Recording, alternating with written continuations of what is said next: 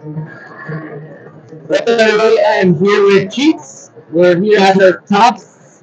It's our annual All-Star get-together. Absolutely. There you go. So we're hanging out. We've seen each other a few times today. The draft, today over the weekend at the draft. Brandon, so yeah, you're on the field for the X home run derby. So that was cool. Yeah. What's your experience here in Philadelphia?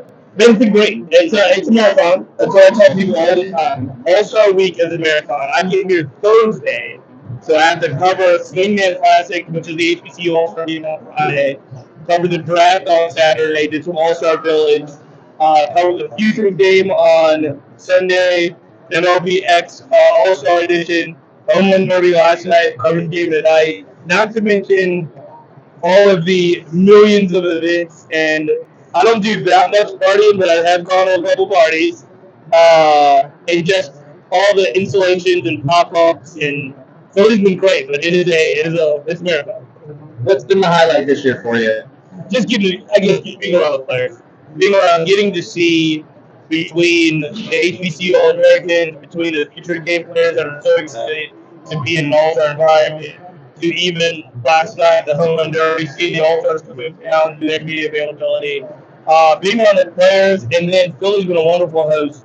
And you got to shout out Jimmy Rollins and Ryan Howard. They've been everywhere, and they have just been so gracious, and they're wonderful hosts. They're also doing right now doing a lot of podcasts, but just being around the players, being around um, everyone involved with just MLB in an event like this. All the dignitaries coming back. We did a cool thing at City Hall with the HBCU kids. It's been great. Really been great. That's awesome. I think it's like our third, fourth year doing this together. Seattle, yeah, so I think Seattle was my first year coming to the All-Star game. And then Seattle, Texas, Atlanta, now New York, 4 years. First time that we get to bring our kids. Yeah. Well, they've been a couple times. My son is 11. This was his first All-Star experience. How's he enjoyed everything? He's back home today, but he enjoyed the Futures game. He enjoyed MLBX, the HBCU game. He got to do this thing in Philly with local kids where there's a line, so a group I work with, they did a community catch in Philadelphia with a bunch of Philadelphia youth baseball players. So I got to bring him, and he got his glove and got to work out with Curtis Granderson and Willie Randolph and Edwin Jackson. So I'm a good dad for a week. Until next week when you want to do something, you tell them no. There's gonna be a lot of those. Don't get me wrong. There's the one thing I think it is very cool. It's also very good. So like save your money if you're gonna come out for a number of days. When you go to All-Star Village, I think outside of All-Star Village, I think the coolest place is the Mitchell and Ness store. So Mitchell and Ness has their flagship in Philly. Their flagship store in City Center is unreal, but it costs a lot of money. Yeah, it's a lot. And I don't know if you've seen ticket prices for any of the Derby or the All-Star game, but they are absolutely incredibly insane. So look, I do it like I'm on Threads, I'm on Instagram, but I just want to exchange, and we live. I don't know what it's called. We were joking about this because it's not live tweeting because we're not on Twitter or X or whatever. But I went live on Threads all through the home run derby, so I was giving my commentary and giving a lot of back and forth with folks that were following online. Here's the truth, and it's just I'm going to be 100% honest with you. MLB All-Star Week, especially the home run derby, the All-Star game, World Series, playoffs, even the playoffs.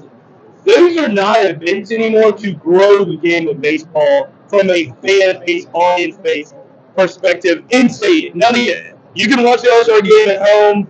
You might, pick up a bat, root for a favorite player. You might watch the World Series. We had a wonderful World Series last year, Dodgers and Blue Jays. Those ticket prices are not for an average family. Those experiences, the All-Star game experience, is not necessarily for an average family of four to go to the All-Star game with your kid. Now, they are 100% corporate sponsor. You're going to pay, if you're in the building, you're paying a lot of money, or you save for you to get there. I think you need to, do your best to, if you're able to take in the environment, if you're able to watch it on TV, or, like I said, an average middle-class family, you're going to grow the game in the stadium during the early season. Minor league baseball, other affiliate league where you can maybe find a player. We found James Wood at Double A, and we've been following him ever since. Now he's a two-time All-Star. But like, we're not going to do that by going. Our first game can't be the All-Star game of the World Series. It's just too expensive. Yeah, and even just in comparison to other All-Star games, this one's a little more pricey. And I had a feeling Philly would be with everything going on here in the city. The city just loves its sports. This is, and the fact that there are two Philadelphia Phillies in the home run derby. Derby alone. That's set it off. Starting pitcher is going to be tonight. Pitcher for the Phillies. It's going to be tough. I expected it a lot, but yeah, I agree with you. And I will say, anyone who ever, if there's an All-Star game that comes to your city or near you, like what you can drive to and get to, go and do the Fan Fest, get a Capital One card, go to the Fan Fest for free, and just walk around. There's a lot of free stuff to do, and it's a cool experience if your kids love baseball, or even if like they're kind of on the fence about it. My kids, I brought them here in Seattle, and my son became a Seattle Mariners fan out of it. But hey, I'll take it. I'll take it. He's into baseball, and whatever it is to help grow the game or help your own family to experience it in different ways. Yeah, I agree. And the stuff earlier in the week. So like I said, we got reasonably priced, really good price. ABC Spoonman Classic tickets. Cliffy's there, and all the guys are there. And the Futures game overall is pretty affordable. That and all the XL come together. It is the Derby of the All-Star game get a lot of hand. But like Anthony said, if you're just around the environment, you can enjoy just about a lot of All-Star Week without actually walking out of the game. And there's just so much fun stuff to do. All-Star Village is always great for kids. It's a lot. There are always these pop-ups if you're into Nike and Under Armour and Mitchell and Ness and all these things are hosting celebrities in their stores. It's really cool. Absolutely. So home run derby last night, Jordan Walker walks it off and takes the victory. What was your take on this year's derby? Love the great derby. I love the format. I think the format a lot of crap. They remind people like the clock. The clock is horrible for players. I did learn that. Yesterday, talking to a lot of players, they were just like, look, if they could kind of take their time, they would get more home runs out of it. So they like the swing format. It played really well in the stadium. I don't know because I was watching. I don't know how like Netflix had a lot of points and stuff. So, but I heard that it did not feel slow in the stadium. With that said, Jordan Walker's an amazing kid, amazing talent. I was really nervous for him because the first fans were completely unhinged by him. And so I was worried about him being such a good kid that I didn't want him to be stamped a villain. I really love Harris's whole spill, being a Red Sox, knowing that everybody hates to do it. And he was trying to be the villain, and I loved it. But Walker is just such a nice kid. He's been through so much in his time in the pros. He's 24 years old. He was like the opening day starter in St. Louis at like 20. And then he had a lot of ups and downs this year. He really started to pull it together. And his family was there. That was great to see. And yeah, man, sky's the limit for Jordan Walker. He can continue to put it all together. Yeah, it was kind of hard to watch Phillies fans, and not just Phillies fans. It was people in the stadium booing, and while they're showing his parents, and it's like you got like this juxtaposition of what you're rooting for as a fan, because you want your Phillies to do well. You want Schwarber to win the derby, rightfully so. But then you have this, like you said, 24-year-old kid who's finally lived up to the pedigree that people have put on him, and the draft, the prospect stock that he had. And that's not his fault. None of that was his fault. But he was able to finally put it all together this year, and now he has his moment. And the Phillies fans really did that part. I will say that. They have a reputation for a reason. They carried it very well into the Inland. They will carry it well tonight. They'll boo Ben Rice. They'll boo Ventura. They'll boo all of the Atlanta Braves. They boo pretty heavy at the MLBX of the Team Braves. I thought that I felt also bad for Andre Kennedy because she signed up for Andrew Jones' team, not knowing it was like Team Braves. She's not from Atlanta. She didn't play and she was just like, I thought they would give me a break. They did not. But I just think, and here's the thing, I do think that both Harper and Thorber wanted to win it.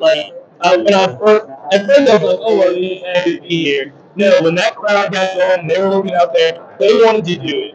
One thing that's really interesting is that Jordan Walker makes about $700,000 a year. He gets $1 million for winning a home run derby. So good for him. Schwarber doesn't need a million. Harper doesn't need a million. Jordan Walker needs a million. Absolutely. So that was a little cool moment there. My kids were like, "Well, he's a millionaire now." I'm like, "Yes, he is. Yeah, he is. That's all it took. A bunch of things." So Yeah, that's good. Good move. yeah, I was very happy to see that. We usually open up a pack of cards. This year, Topps was not selling baseball cards Unreal. in here. Which I don't get it. I blame Fanatics, but hey, They're selling them at the stadium. yeah. You can get like an all-star box. So Okay. it's kind of I blame Fanatics. All right. But I did find we are at this year in the top 2026 card. They have the 1991 throwback. So I have a couple of 1991. Are you kidding me? Look at that. What year were you born? Oh, well, yeah. So where you have been in 1991? Really baseball for sure. Probably not quite high school, but middle schoolish.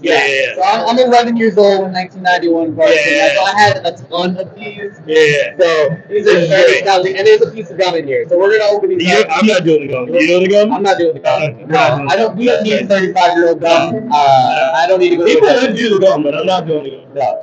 So we'll open it up. Let's do it. You gonna open it? Yeah, I'm excited. All right, so 1991. Who is out of your thought? Who would you want? I'm opening the 91. We're not getting rid of it. There's the gum. There's the gum. There's 35-year-old gum right there.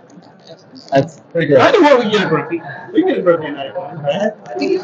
Oh yeah, we can totally get a birthday. Yeah, we get a Griffey. So I would say Pendleton Jr. Okay. We get a bronze in 91. Yep. That was a Jose Canseco guy. So, Okay. Chipper Jones in here. Yeah. All right, are you ready? I'm ready. All right. This is a 1990 record-breaking Chicago White Sox card. Who's on this? Carl Fisk. All right, Carl Fisk breaking the home run record for leading catchers. also a good call. Look at that. All right. You see that? It's kind of great. Mark Davis for the Royals. Never heard of him. You? I remember him out there. Yeah, he's in a pretty good rotation for the Royals. Dave Clark for the Cubs. All right. Outfielder. Yeah. Ken Patterson. I see the names, but I'm going over for this whole pack right now. John Russell, catcher, Rangers. that Look at was those hats. it's a little. Like that. Yeah, it looks like a sporting goods store. Bill Brewers. I don't know any of these All guys. right. Jeff Robinson, Tigers. No. We are in an epic fail. Sweepstakes card here. All right, this is the first person I've heard of, and he's the manager. Bobby Valentine of the Rangers. I have heard of Jose Cadero. Joe Torre, manager. Look at this. We're racking up the managers. There we go. We got a Philly. Lenny Dykstra. There you go. Nails. It's a nice. Yeah, when you think of Lenny Dykstra, do you think of Phillies or do you think of Mets? I think of this. I think of that '93 Phillies dirtbag team. Yeah. That's the one I think. But wasn't he on the 86 Mets? Yeah.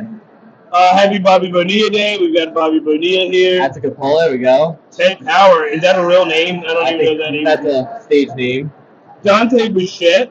As an angel. As an angel? I don't remember those years. No.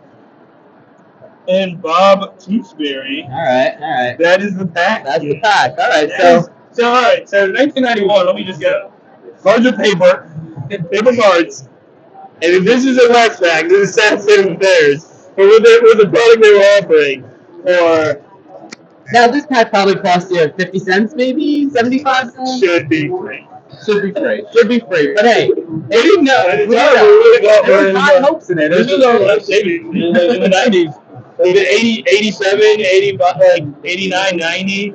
There you go. I remember rolling up to the store with like $2 that I had gotten for like allowance or doing like some chores, and I'd get like a bag of onion rings, 2 packs of cards, one of those little barrel drinks, the tall sugar, and a couple of now laters, and I'd be set for the day. Be set for life. Yeah. Still be. Yeah. It's still be. Still be. But All now right. that'll cost you $12 now, so. It's embarrassing.